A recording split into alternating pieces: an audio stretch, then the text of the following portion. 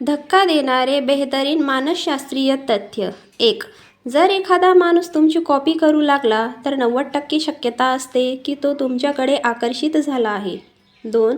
आपल्या मनात येणारे विचार कागदावर लिहिल्याने तुमचा मूड आधीपेक्षा खूप चांगला होतो. 3.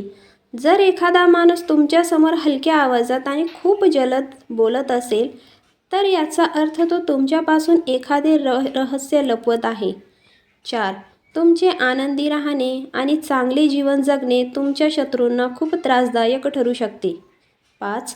जगातील 50% लोक नेहमी श्रीमंत होण्याचे स्वप्न पाहतात पण त्यापैकी 1% देखील मेहनत करत नाहीत. 6.